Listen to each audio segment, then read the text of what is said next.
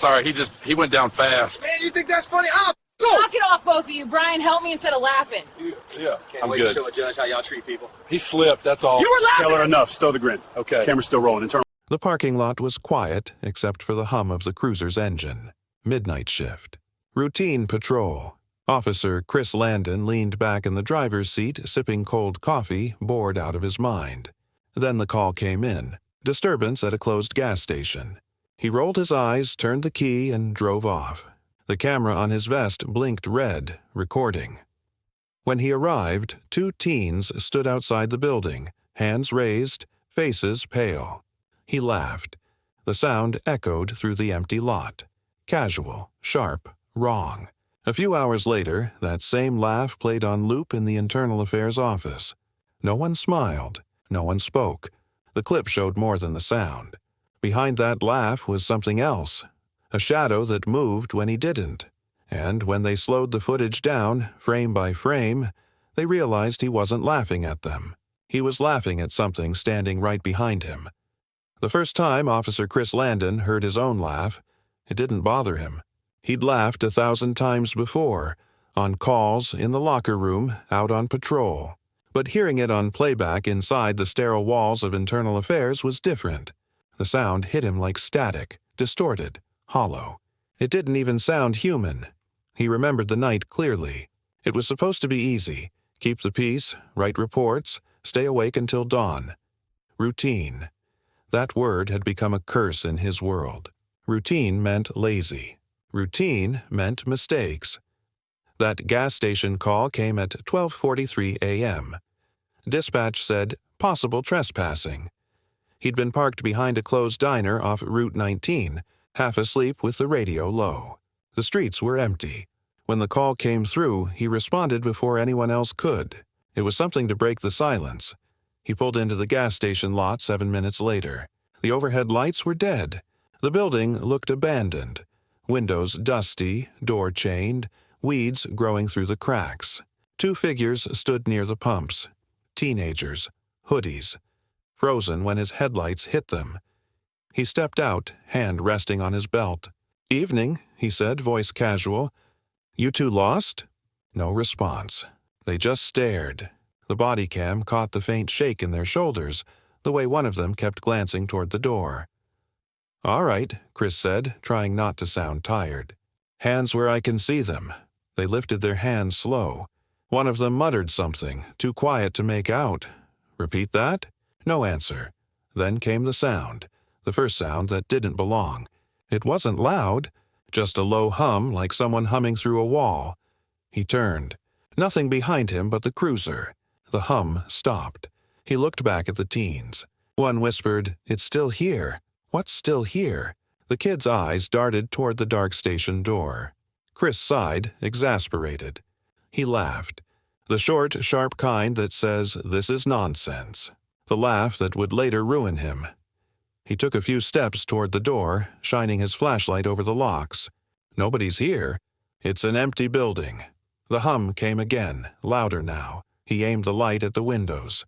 The beam bounced off glass and dust. For a second he thought he saw movement inside, something shifting against the far wall. But it was gone when he blinked. "Stay there," he ordered the teens. "I'm checking it out." He tugged on the handle. It rattled. Chain held. The padlock was old but intact. He leaned closer to the glass, squinting. The reflection wasn't his. He jumped back, heart pounding. The flashlight fell from his hand, clattering to the pavement. The reflection stayed. He raised his sidearm instinctively, breath short. "Who's in there?" No answer. He picked up the flashlight and shone it again. The reflection was gone. He exhaled, forced a shaky laugh, and turned back toward the kids. "The building's empty. You 2 can—" He stopped mid-sentence. They were gone. The lot was empty. No footsteps, no sound. Just his own voice echoing off the metal pumps. He scanned the area, but there was nowhere they could have gone. The camera on his chest kept recording, steady red light blinking. "Dispatch," he said into the radio, 10:23 at the station.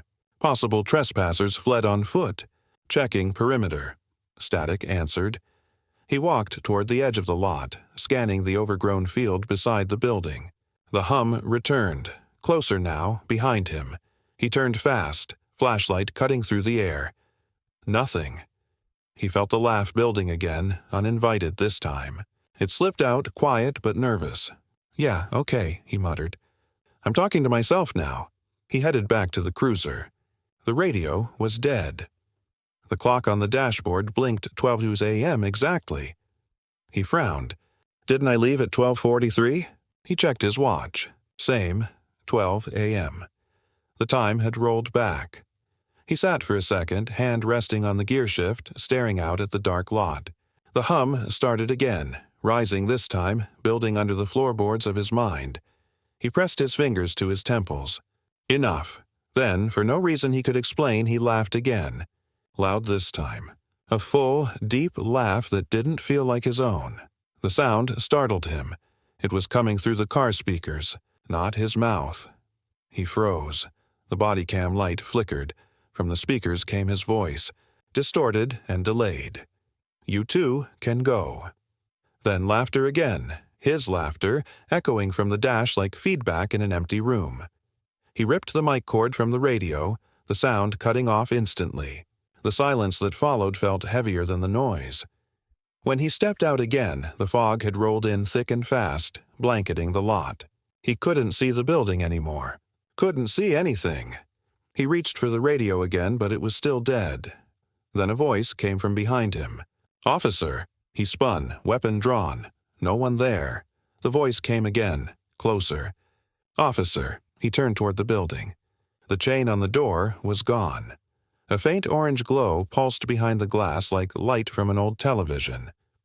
His pulse jumped. He started recording again. He didn't realize it had stopped.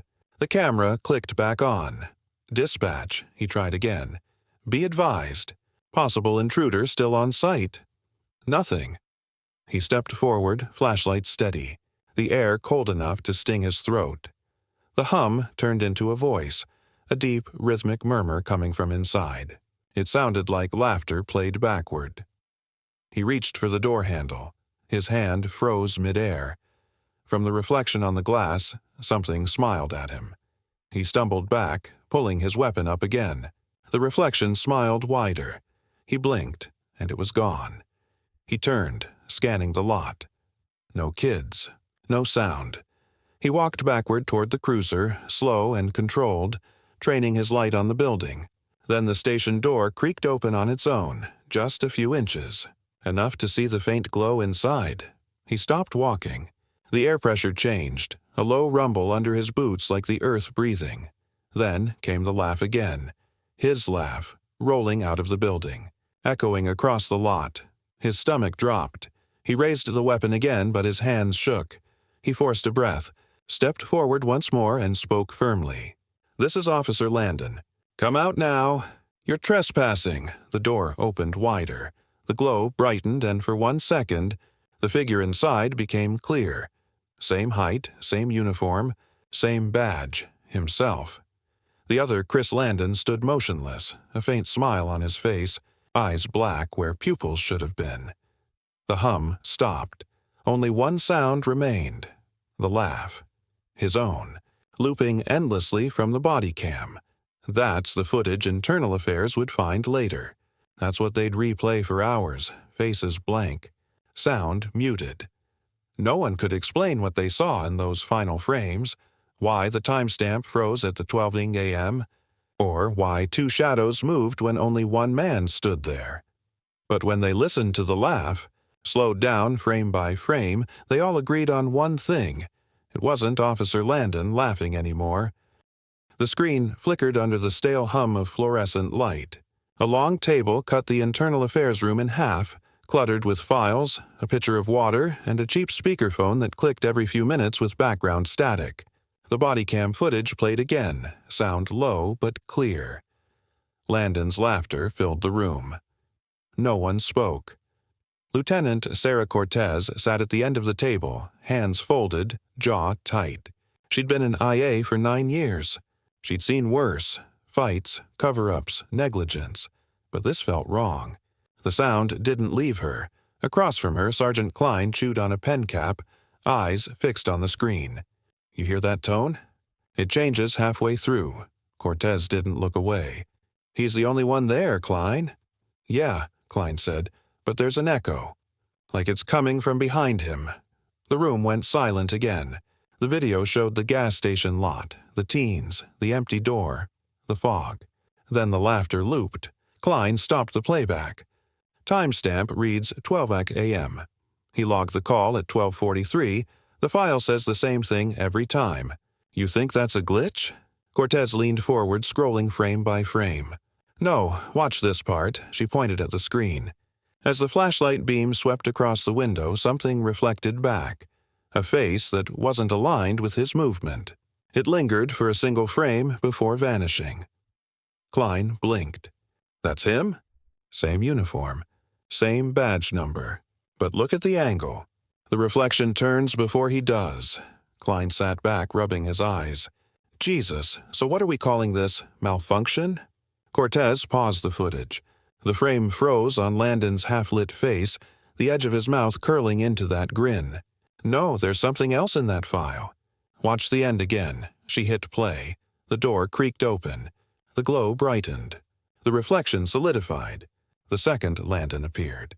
Then the sound, deep, hollow laughter, rolled through the speaker. Klein shut his notebook. I've heard enough. Cortez didn't move. No, you haven't, he frowned. What's that supposed to mean?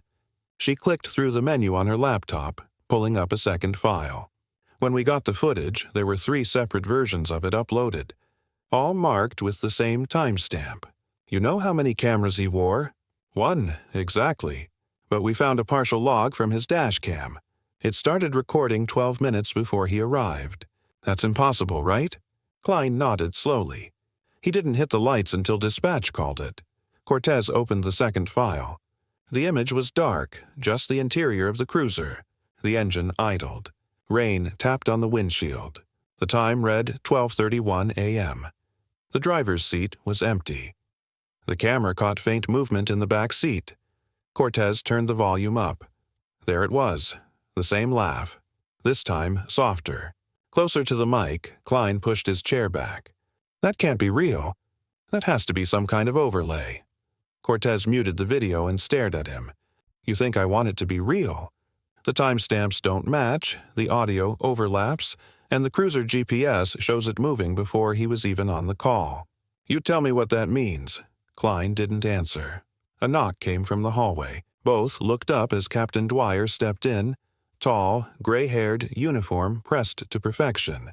He gave the room one quick glance before nodding to Cortez. Progress. She gestured to the paused screen. We're analyzing his body cam. There's anomalies. Anomalies, Dwyer repeated. Yes, sir. He approached the table, peering down at the screen. The frozen image of Landon stared back. You talked to him yet? Cortez hesitated. He hasn't come in, Dwyer's brow furrowed. He's suspended, not missing. Where's his phone ping? Klein pulled up the tracker. Last ping was at his address. But when uniformed checked, his cruiser was still in the driveway. Engine cold. No sign of him inside, Dwyer straightened. So he's gone. Cortez nodded. Then we treat this as both, internal and missing persons. Full review of his footage. Pull his logs, his reports, his comm history. I want to know who he called and what time. No leaks, no rumors. Understood? Yes, sir. Dwyer lingered, eyes fixed on the paused image. That sound, his laugh. Remind you of anything? Cortez shook her head. No, sir. He looked at her once more, unreadable, then left the room without another word. The door clicked shut behind him. Klein leaned forward, lowering his voice. He's seen this before, Cortez frowned. What are you talking about? Klein hesitated, then opened a separate folder on the shared drive. Watch this. He scrolled down a list of archived IA reports. Most were old, 5, 10 years back. He clicked one labeled Mendez A. Incident Review 0047. The file opened. Another video, a different officer, different station, same laugh. Cortez's stomach turned. The report summary read, Bodycam audio distortion resembling subject's voice detected post-incident. Timestamp discrepancies consistent with prior cases. Outcome inconclusive. She whispered, "How many?" Clayton's finger scrolled down the list. 7 different precincts. Different years. Always the same sound. Same missing timestamp. Cortez exhaled slowly, the air heavy. Why wasn't this flagged? Klein gave a half shrug. Maybe nobody wanted to look too hard. She turned back to the screen. Pull all 7. I want to see them tonight. He hesitated. That's hours of footage. She didn't blink. Do it. By 11 p.m., the room was dark except for the glow of 6 screens playing at once. Every clip different, every laugh identical. Klein started muttering under his breath. This isn't right. It's the same tone, same echo pattern. It's not environmental noise. Cortez rewound Landon's footage one more time. Watch the shadows when he laughs. Look at the wall. Klein leaned closer. The flashlight beam shook slightly as Landon turned. The shadow behind him rippled like liquid, growing taller for a split second before collapsing inward. Klein whispered, "That's not him." "No," she said, "but it's attached to him." They watched as Landon turned toward the camera, face tense, expression unreadable. The laugh echoed one last time before the feed cut. Cortez paused the video and looked at the timestamp, 12 loud a.m. She switched to the other 6 clips. Every single one ended on the same number. Klein rubbed his temples. "All right, I'm out. This, whatever it is, it's beyond our scope. We send this to tech, let them analyze it. Maybe it's signal bleed. Maybe it's—" "Wait," Cortez leaned in, rewinding again. "Listen to the last frame," Klein sighed. "There's no audio left." "There is," she said. Barely, she boosted the gain. Static hissed, faint but rhythmic. Through it came a whisper. 2 words repeated softly. "Keep laughing." Klein froze. "You heard that too?" Cortez nodded slowly. The laptop fan whirred loud in the still air. The wall clock ticked over. 2 a.m. Every screen went black at once. The bodycam files closed automatically. The red recording light on the wall camera blinked on by itself. Cortez turned, eyes narrowing. "That shouldn't—" Klein's chair screeched back. "Is it recording?" The light blinked twice. From the speakers, buried under static, came a faint chuckle. Cortez hit the power switch. The screens stayed on. The laugh grew louder. She grabbed the plug and ripped it from the wall. Everything went dark.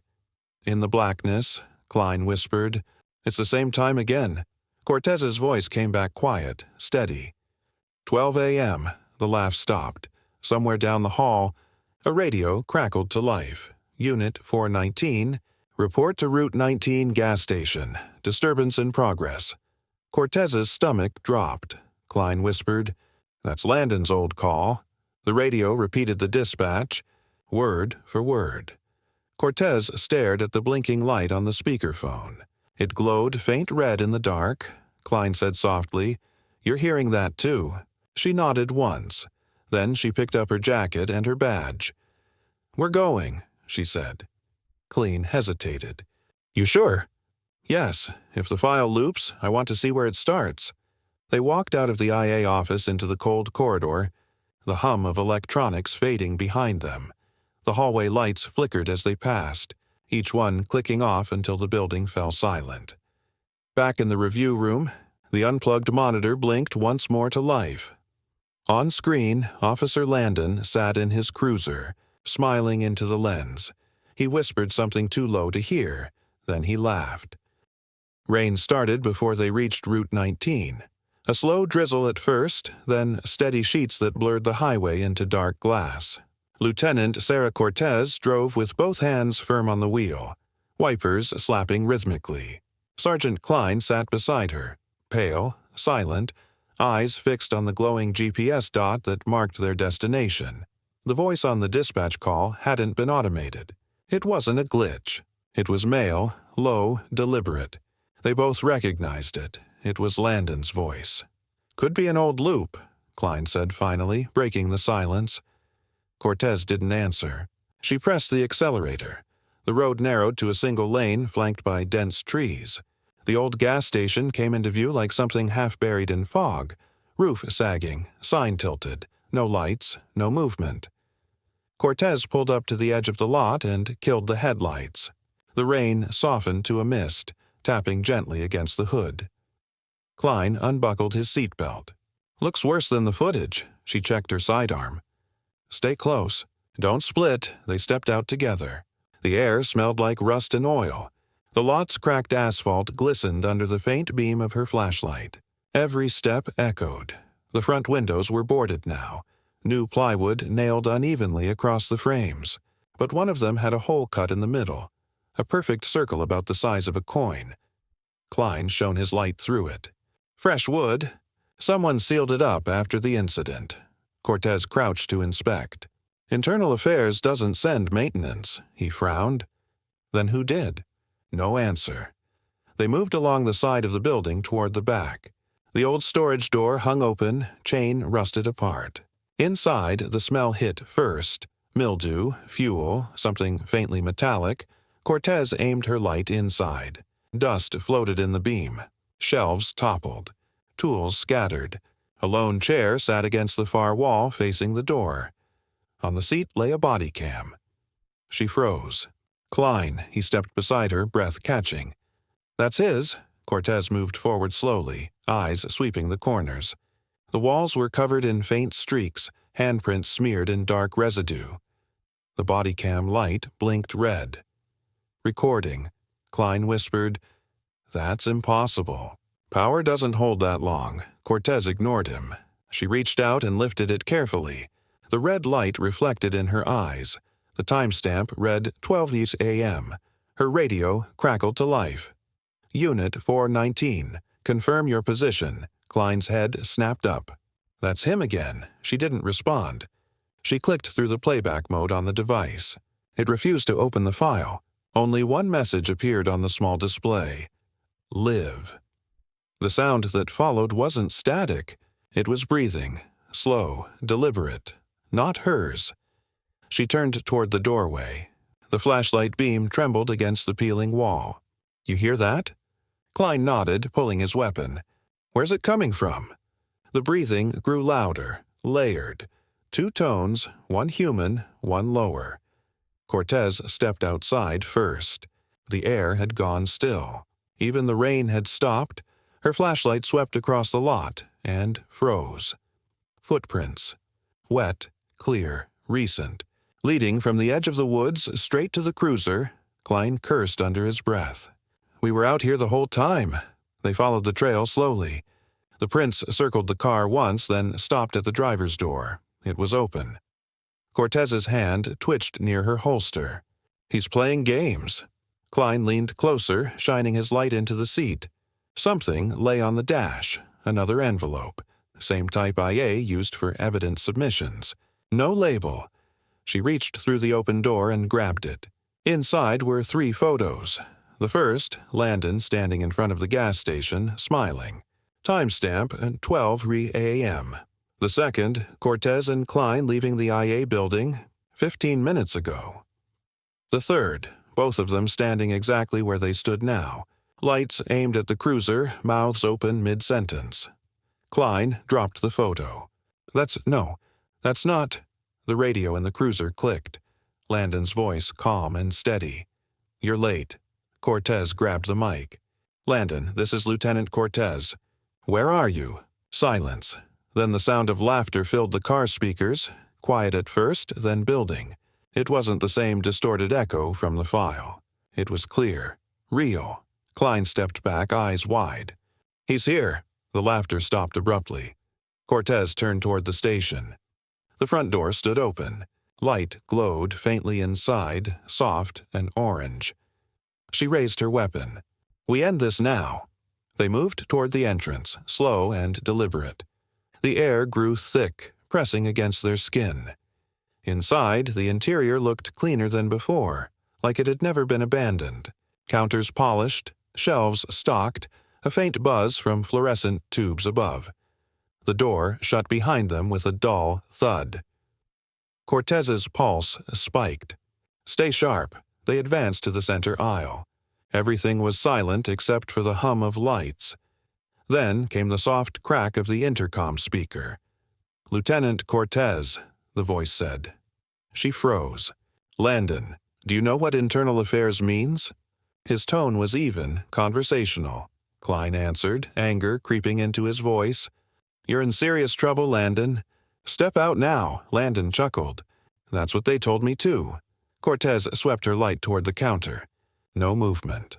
"You need to tell me where you are." "I'm where you left me," he said. "You watched the footage. You saw me laugh. But you didn't ask why." Cortez clenched her jaw. "Then tell me." "Because I realized it doesn't stop when the camera turns off." The lights flickered. Klein whispered, "We should go." "Too late," Landon's voice said. "You're recording." Cortez looked down. The small red light on her own body cam blinked. She hadn't activated it. The intercom crackled again. "Smile."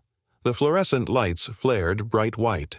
For 1 second, both officers saw the mirror behind the counter, and in it, a third figure standing between them. Landon. Uniform, perfect. Expression blank. His mouth moved, but the sound came through the speakers instead. "Every time you review, it starts again." The lights cut out completely. Darkness swallowed the room. The sound of rain returned outside. Harder now, slamming against the roof. Cortez grabbed Klein's arm. "We're leaving." They stumbled toward the door, but when she reached for the handle, it wouldn't budge. The wood was cold, almost slick. Behind them, the intercom clicked again. The laugh filled the room. Low, distorted, mechanical. Cortez slammed her shoulder against the door. "Nothing." Klein shouted. "He's not real. It's playback." But the voice answered, perfectly timed. "Then why are you breathing in my audio?" The lights flashed back on. The shelves were empty. The floor was wet, covered in footprints. Only one exit remained open.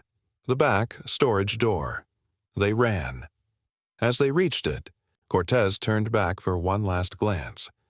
The front counter mirror showed the two of them running, and Landon still standing there. Calm, smiling, the body cam beeped twice, then powered off. They burst through the rear exit into the rain, gasping. The moment they crossed the threshold, the sound stopped. The lights inside the station went black again. They didn't look back. They didn't speak. They reached the cruiser and slammed the doors shut. The dashboard clock glowed faintly. 12 a.m. Klein stared at it. How's that possible?" Cortez didn't answer. She reached for the radio. "Dispatch, this is Lieutenant Cortez. Badge 312. Officer Klein and I are clear of the scene. Request immediate tech response for evidence retrieval. Static." Then Landon's voice again. "Unit 419, confirm your position." Cortez's hands shook as she killed the ignition. The rain hit harder, blurring everything outside the windshield. Through it, she saw the faint outline of a man standing in the lot. He lifted a hand slowly, pointing straight at the cruiser. The headlights flickered on by themselves. Klein whispered. "He's looping us," Cortez whispered back. "Then we break it." She turned the key, gunned the engine, and sped off the lot without looking back. But a mile down the road, the radio came alive again. Same voice, same line, Unit 419. "Confirm your position." Cortez's reflection in the rearview mirror didn't blink. Behind her, faint in the back seat, another red light blinked once. Recording. The next morning, the Internal Affairs building felt colder than usual. Every officer knew what had happened or thought they did. The rumors spread fast. Lieutenant Cortez and Sergeant Klein returned shaken, refused to release their dashcam footage, and demanded a digital forensic lockdown. Captain Reeves sat alone in his office when the external door buzzed. Cortez entered without a word. She looked exhausted, uniform damp, face pale. He motioned for her to sit. "You're off duty. You shouldn't be here." Her voice came out rough. "We didn't finish the job." Klein followed her in, eyes bloodshot. He held a sealed evidence bag, the one containing Landon's recovered body cam. Reeves stared at it. I thought you logged that in. Klein shook his head. Every server that touched it went down. Techs say it's corrupted. I don't think that's true. Reeves leaned forward. Then what is it? Cortez set her body cam on his desk. The red light blinked once, then steadied. I didn't turn it on last night, she said. Reeves frowned. Then why is it recording? It hasn't stopped since we left the gas station. For a moment, the room was silent. The only sound came from the hum of the overhead light. Reeves exhaled slowly. You're both shaken. Take the day. I'll handle the file. Klein looked at him, voice tight. Don't plug it in, sir. But Reeves had already connected the cable. The monitor lit up instantly. No password prompt, no delay. A single window opened. Live footage. It showed the three of them, right there in the office exactly as they stood. Cortez whispered, That's now. Then the perspective shifted slightly, tilting, as if someone was standing just behind them. Reeves turned, fast. Nothing there. The audio crackled through the speakers. A voice, calm, steady, perfectly clear. Good morning, Captain. Reeves froze. He knew that voice. Landon. You didn't finish reviewing, the voice said. You stopped at frame 1163. Cortez took a step back. What frame? The one where I laughed. The video feed zoomed in on Landon's face, frozen mid-smile. The eyes flickered once, then blinked. Klein grabbed the mouse and yanked the cord from the tower. The screen stayed on. Reeves cursed under his breath. Cut the power. Cortez pulled the main switch by the door. Lights died. The monitor glowed alone. On it, Landon leaned forward as if pushing against the glass. You think this is about a body cam? He said. His tone was calm. Too calm. Reeves forced his voice steady. Then what's it about? Landon's image tilted its head. Observation, accountability. The camera doesn't stop when you stop watching. It watches you back. Klein stepped toward the screen. You're dead, Landon. Whatever this is, it's not you. Landon smiled faintly. Dead? No, I'm archived. The monitor flickered, cycling through frames. Footage from countless other cameras. Hallways, parking lots, interrogation rooms. Faces of officers flashed by, some still active, some retired, some long gone. Every clip ended the same way. Someone looking straight into the lens before the feed cut to black. Reeves felt a cold weight settle in his chest. How is this possible? Cortez whispered. He said it doesn't stop when the camera turns off. The body cam on Reeves's desk beeped once. The red light blinked faster now. Landon's voice grew louder through the speakers. You wanted to see everything, so now you do. The walls seemed to hum. The temperature dropped. Every monitor in the building flickered on simultaneously, displaying synchronized footage. The same angle, the same timestamp, 12 Siu Enyam. Dozens of live feeds filled the room. Each one showed officers staring into their own cameras, unaware they were being mirrored in real time. Cortez's hand trembled. He's in the network. Reeves shook his head. No, he is the network. A sharp static burst filled the speakers. The images warped, distorting into streaks of red and gray. Then Landon's voice returned, low, echoing from every screen. You laughed once, too. Captain. Reeves froze. On one feed, a recording from 2 years prior began playing. A disciplinary hearing. Reeves laughing faintly at a rookie's failed traffic stop report. Landon's tone sharpened. You laughed. You looked away. You let it pass. Cortez stepped between him and the screen. You're not in control of this. Landon replied. Neither are you. The monitor flashed white. Every camera feed collapsed into a single frame. Cortez, Klein, and Reeves standing motionless. Then the screen went black. Silence. The body cam light on the desk faded out. Cortez exhaled shakily. It's over. Klein didn't move. He pointed at the far corner of the room. A red light blinked there. One of the wall cameras had turned itself back on. The screen came alive again, showing a delayed feed, everything that had just happened, replaying 10 seconds behind. But when the footage reached the part where Landon disappeared, the image didn't match. In the replay, Landon was still there, standing behind them, eyes fixed on Cortez. Reeves whispered, "He's inside the playback." The video glitched once, then froze on Landon's face. The timestamp read 12 a.m., though it was now nearly noon. Cortez took a slow breath. "We need to get rid of it." Klein reached for the body cam. "We destroy the device, we end the feed."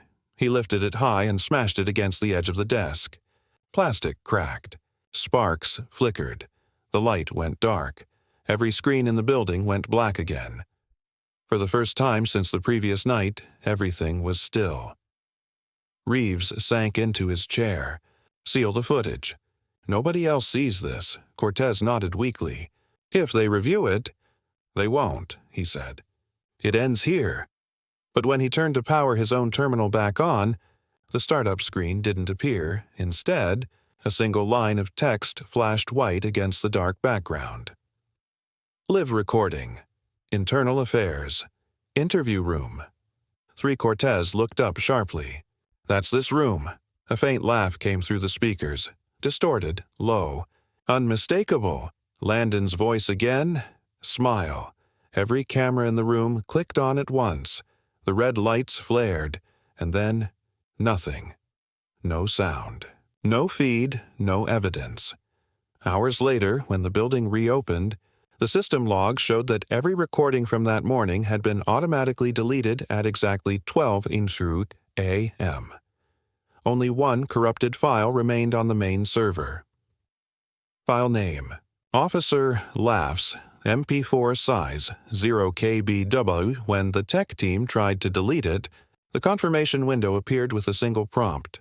Access denied. File currently in use. The cursor blinked once. Then the speakers came alive again. A short laugh. Calm. Steady. And somewhere in the reflection of the blank screen, a faint red light blinked.